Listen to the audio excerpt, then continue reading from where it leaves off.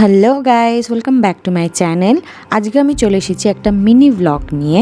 অনেক দিন পর আমরা তিনজনে একসাথে হয়েছি, তাই আজকের দিনটা ওয়েস্ট না করে আমরা তিনজনে ডিসাইড করলাম একটু কলকাতা ঘুরবো। আর আমি কোনোদিনও ভিক্টোরিয়ার ভেতরটা ঘুরিনি, তাই মিষ্টি ডিসাইড করলো চলো এবারে ভিক্টোরিয়ার ভেতরটাই আমরা ঘুরে আসি। আর আমরা তিনজনে প্রায় 2.5 মাস পরে একসাথে মিট আপ হয়েছে, আর একটু ফান করব না তার হয়?